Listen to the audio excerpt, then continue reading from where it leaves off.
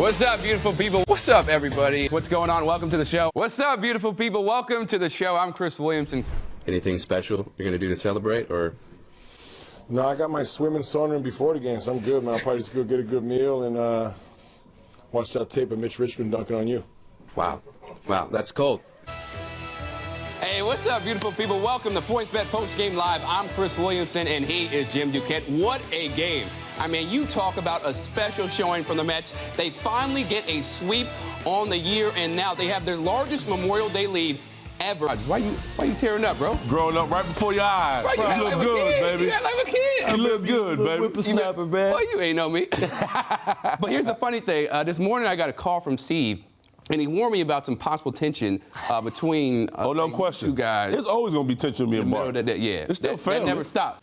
Thank you so much, Michelle. I'm here joined alongside by our one and only SNY NBA insider, Ian Begley. And the Knicks somehow always make things very interesting. They don't go as scripted. We could go so many different ways, Ian, but what do you make of the Knicks' moves in this first round? But we start with Jacob deGrom and the Mets in Oakland, where he shockingly showed us that he's only human after all. Don't put your blame on him.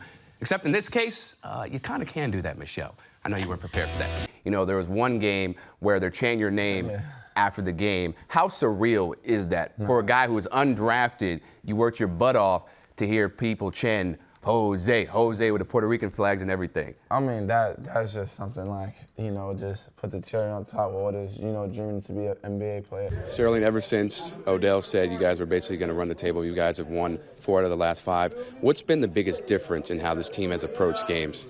I mean, I just think, like you said, the way that we've prepared and throughout the week. Coach always stresses that games are won throughout the week, not just on Sundays. Another cool story, Jeff, is going to be if Pete Alonso is able to win his 3rd straight home run derby. So what are you expecting from your teammate, who obviously has put out special performances the last 2 years? Yeah, I expect, nothing less than another win. Not only has the season undoubtedly cost Bowles his job, but his mouth last Sunday cost him some major cash. The NFL fined him $25 grand Saturday for criticizing the refs after the Packers game. So now he's got to make it rain. He's got to make it rain for the league, people. And, JJ, how about the Jets trading to get back into the first round after they get Sauce Gardner and Garrett Wilson, getting Jermaine Johnson, somebody who Leger Douzable was obviously high on, a lot of other people were. What did you think about the picks that the Jets made to really elevate this team and take them to a place, hopefully, where they can be a contender? Coach, you enjoyed a double-digit lead midway through the first half, but then Iona goes on a 12-0 run. What do you have to do differently in the second half to make sure they don't pull back into the game? Got to do a better job on AG and Crawford. They both got it going.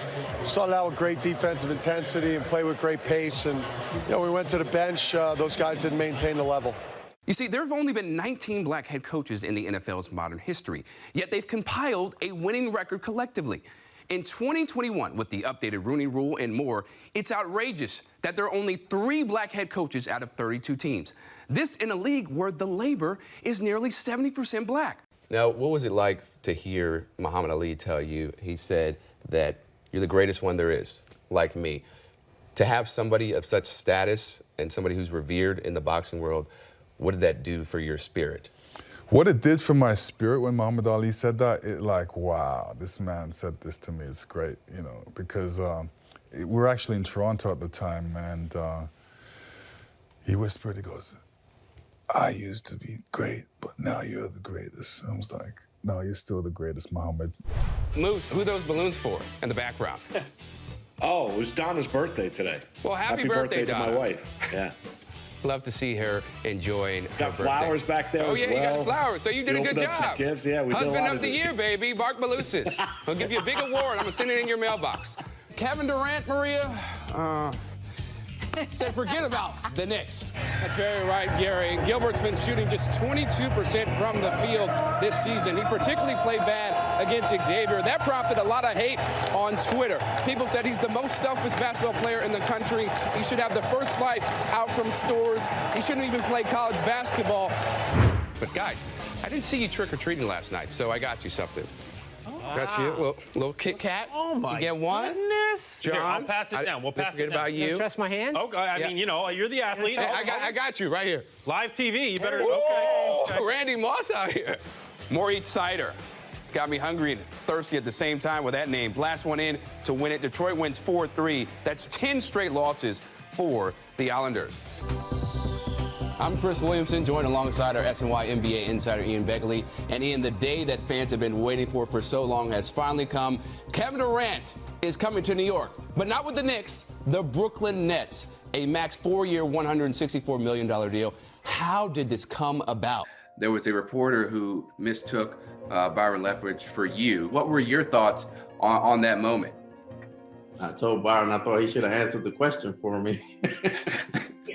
I'll leave the betting to you guys because the last time I bet on something, I lost $300 because the Spurs could not beat the Heat when Ray Allen hit that shot. So, yeah, you guys take care of that. Moose and Sal. We should have won that one, Chris. We should have, but we did. We didn't want to do it.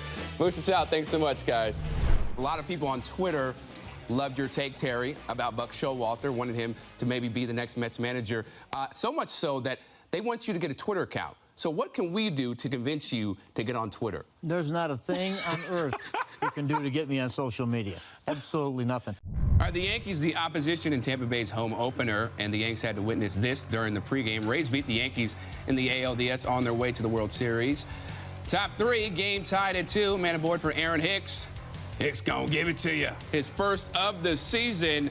4 straight 2-out hits gives the Yankees a 4-2 lead. Same score in the bottom of the 6th. Runner on for Baez. Allow me to reintroduce myself. My name is Javi. J to the A-V-Y. All right, Chris. There's no gambling at Bushwood. We have a pool and a pond. The pond would be better for you. You'll get nothing and like it. Are all lines from which movie? Caddyshack. Come on now. I know about this, bro. I'm old school. You got to remember now. Oh, so my parents not that old. I'm not that old, but I love the classics. You know what I'm saying? Do you remember this line from Caddyshack? Don't sell yourself short, Judge. You're a tremendous slouch. How you went there? Remember that? The world needs ditch diggers, too. Hey? Right. But Zach Wilson doesn't know any of these lines. The offense coordinator, Mike LaFleur, says when they bring him up in team meetings, he says, Caddyshack, never heard of it.